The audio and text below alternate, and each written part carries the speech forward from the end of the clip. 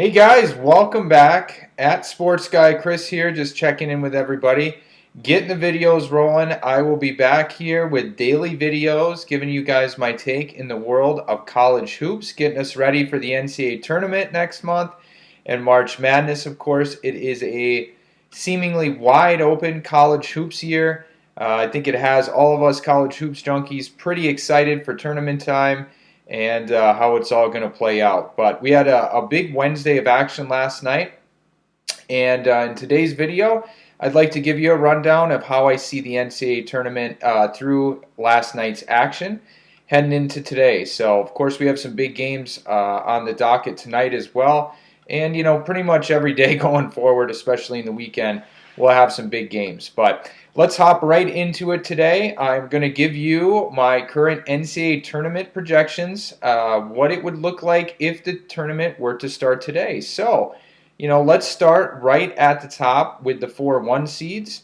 I am in agreement with pretty much everybody else out there, with Baylor being the overall top seed at the moment, followed by fellow Big 12 foe Kansas, and then we've got San Diego State, who of course continues to roll along unbeaten at 26-0, and then Gonzaga, out in the West Coast Conference, doing it again. They're 26-1 right now. Those would be the 4-1 seeds at the moment in that order. Looking ahead to the 2 seeds, I would have Dayton now as the top 2 seed after Duke was defeated by 22 on the road last night by NC State. The Dukies still remain on the 2 line. I just have them down a little bit farther now. They're joined by Maryland on the 2 line as well, the top team in the Big Ten at the moment. And then Florida State, who is also 22-4, they are on the 2 seed, the 2 line as well. So those would be the 4-2 seeds as of today. Looking at the 3 seeds, we have a couple of teams who have a couple more losses than you would probably typically see for a 3 line, being Seton Hall and West Virginia. I have as the 2 top 3 seeds right now. Of course, the metrics love both of these teams. Seton Hall is in first place in a very deep and difficult Big East Conference, so they're both deserving of where they're at.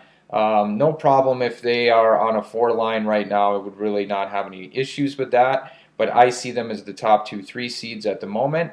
Even though Penn State was cooled off the other night by Illinois, they had won 8 straight.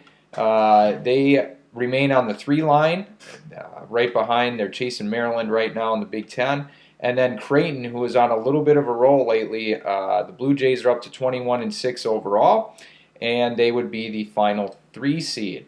On the 4 line, we'd have the Kentucky Wildcats out of the SEC, 21-5. Another Wildcat, this time from the Big East, in Villanova at 20-6.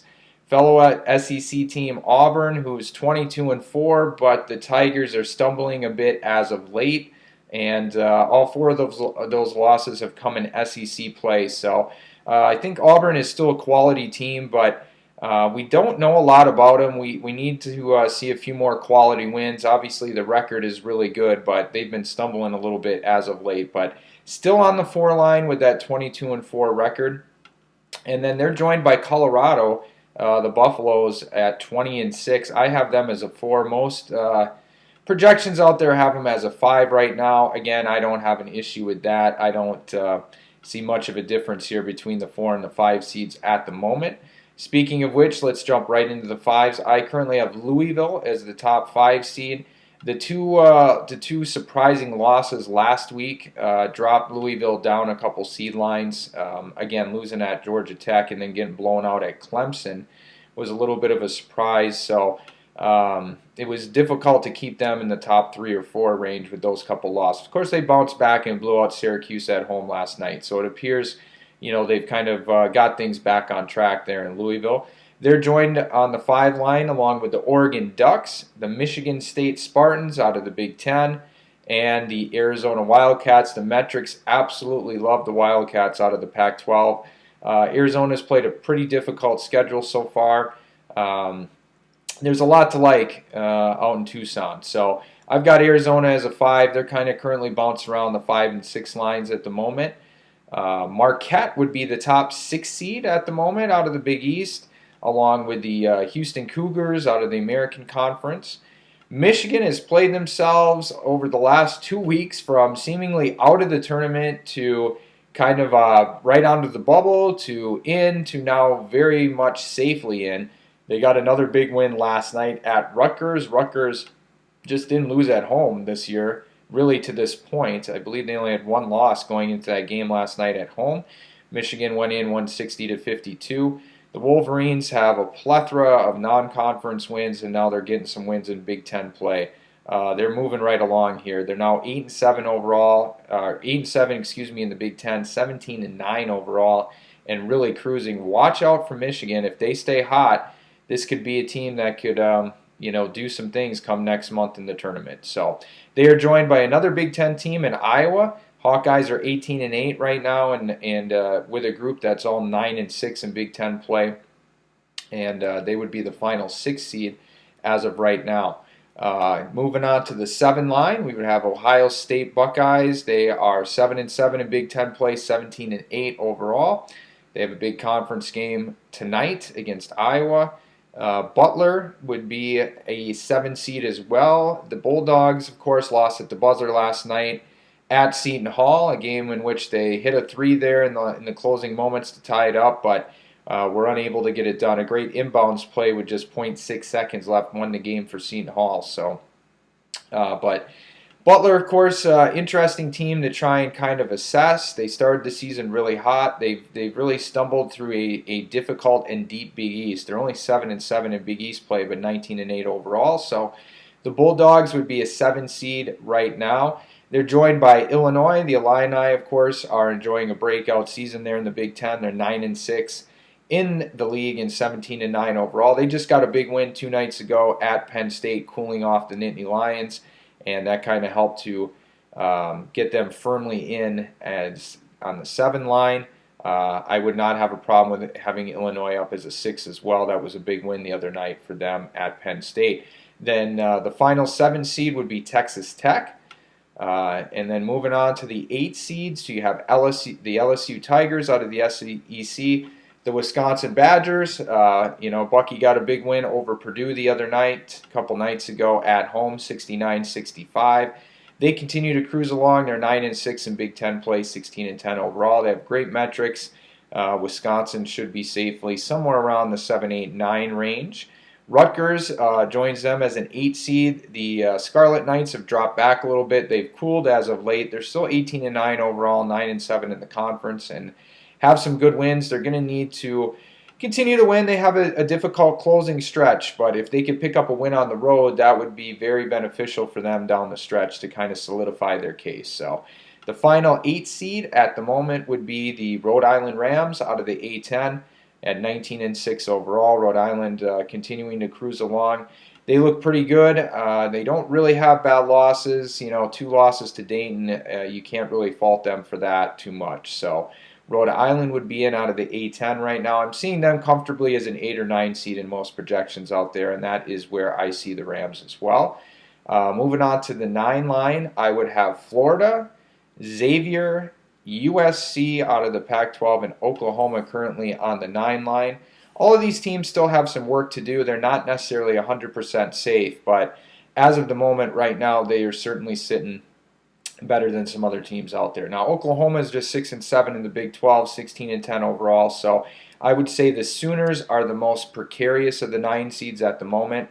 That being said, I still think that they would be, comfortably in as of today. So, but another loss or 2 in Big 12 play, and it could get a little dicey for the Sooners. So, moving on to the 10 seeds, the Richmond Spiders would be the top 10 seed right now out of the A10, making the 3rd team from that conference. A10 is a little underrated, undervalued, I would say, this year, but I would say the league definitely deserves to get 3 teams in. I see Richmond being that 3rd team right now. VCU, I have out on the bubble. They still have some work to do, but are very much alive.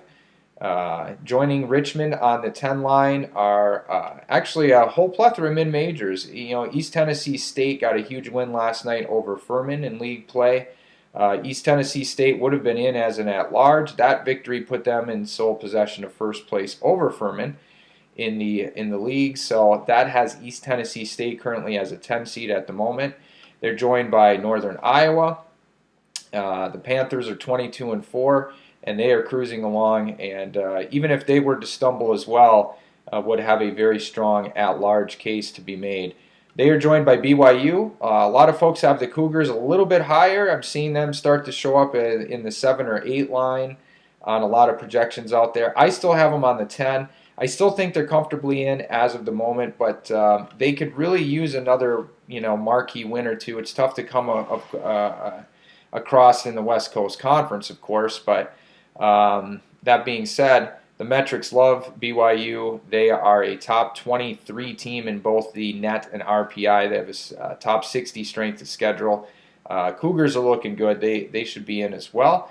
Looking at the 11 seeds, now we start to really jump into the bubble. Indiana got a big road win at Minnesota last night. That gets them back into the tournament. I would have them as an 11 seed right now. Still plenty of work to do for the Hoosiers. The late skid and the lack of road wins still hurting him a bit, although the win on the road at Minnesota last night, of course, was a big one. So NC State maybe got the biggest win of anybody last night, a 22 home point blowout of the Dukies. That was a big one for the Wolfpack. They are starting to come on a little bit as of late. They're still just 8-7 in a down ACC, but 17-9 overall at a 15-point non-conference win over Wisconsin, the big blowout over Duke. A couple other notable league wins as well. NC State would be on the right side of the bubble and in if the tournament started today. Mississippi State got a big win last night in SEC play. They were able to hang on and knock off South Carolina, who was on the bubble, but really at the back end of the bubble with a lot of work to do. But Mississippi State gets the big win. They're 17-9 overall. They would be an 11. And then I have them joined by St. Mary's. Again, I'm seeing the Gales more on the 9 or 10 line on a lot of projections out there. I think St. Mary's has the potential to move up, barring a loss to a team that they're not supposed to lose to here in the WCC between now and the season finale against Gonzaga. St. Mary's should probably just move up here another line or two. But I have them as an 11 at the moment. They don't really want to stumble here to one of those teams that they should beat in the WCC. But St. Mary's would be in and just kind of outside of that last 4-in territory at the moment. Moving on to the 12 seeds, I would have Liberty at 24-3 and Stephen F. Austin at 23-3. They're both leading their leagues. A couple of mid-majors to keep your eyes on if they were to stumble as well down the stretch and not win their conference tournament. Both of those teams could have at-large cases to be made. Right now, they're both sitting with pretty sparkling records. 24-3 for Liberty, 23-3 for the Lumberjacks of Stephen F. Austin. Keep an eye on these two. And then we go to what would be the last 4 in the final 12 seeds here. At the moment, I would have Wichita State in that group. The Shockers are 19-6 overall, but they need a few more quality wins. The American Athletic did not do themselves any favors last night. Cincinnati lost at home to lowly Central Florida in double overtime. SMU went on the road and was defeated by a not-so-good Tulane team. So a lot of these bubble teams there need some help. Wichita State's in action tonight. They're going to need to win, get that 20th win. But as of right now, they would be the first of the last 4 in, if you will, followed by Cincinnati after that loss last night. I had the Bearcats more as 11, a little bit more comfortably in. The loss last night dropped them a little bit. And then the final 2 teams in right now, Utah State and Providence. The Friars got a huge victory last night at Georgetown. That is now 6 quad 1 wins for the Friars, of course. Big PC alum and fan here. They still have a lot of work to do. Unfortunately for Providence, they do have 3 quad 3 losses, which is not good. But the 6 quad 1 wins is certainly very good, including 3 victories against teams ranked in the top 25 here in their last 4 wins. So, and then of course last night's game counted as a quad 1 win at Georgetown as well. So that's 4 quad 1 victories in a row with a road loss to Xavier sandwiched in there. So Providence playing good, trying to make a run to get in. Right now, with that win last night, I would have them as the last team in. They're starting to show up now on the last 4 out. A little bit of work to do yet, so we'll see what happens for the Friars going forward, but they've kind of played themselves into position, at least at the moment. My first four out would be Arizona State, Alabama, Georgetown, out of, previously mentioned here, Georgetown, and then we would have Furman would be the final team, with Purdue sitting there as well. A lot of people still have Purdue in at 14 and 13 overall. I think the Boilermakers still have a little bit of work to do. They have very strong metrics, but you're going to be asking the committee to do something they don't typically do, and put a team in that close to 500. So the Big Ten offers up, just about every game a chance at a quality win, though. So there's still plenty alive for the Boilermakers going forward. Looking at the higher seeds here to wrap things up. The 13 seeds would be Wright State, Yale, New Mexico State, and Murray State. At the moment, the 14s, Colgate, Vermont leading the American East, North Dakota State, and Bowling Green out of the MAC.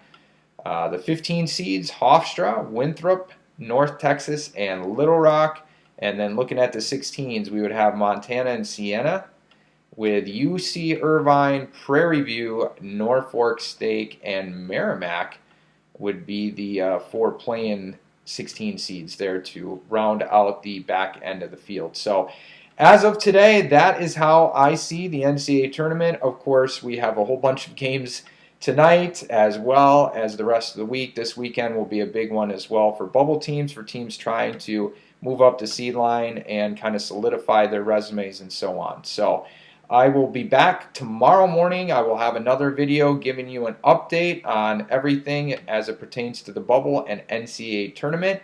Again, at Sports Guy Chris. I'll have my article out in a little bit. You can find me on Scorum. You can find me on Instagram at Sports Guy Chris. Check me out. And again, like I said, I'll be back tomorrow giving you an update. I will have my article out a little bit later today, giving you a breakdown here of how I see the NCAA tournament field. So all of that being said, happy Thursday to everybody out there. I would love to get your comments and your thoughts. Who do you have in? Who would you have in? Who would you have out?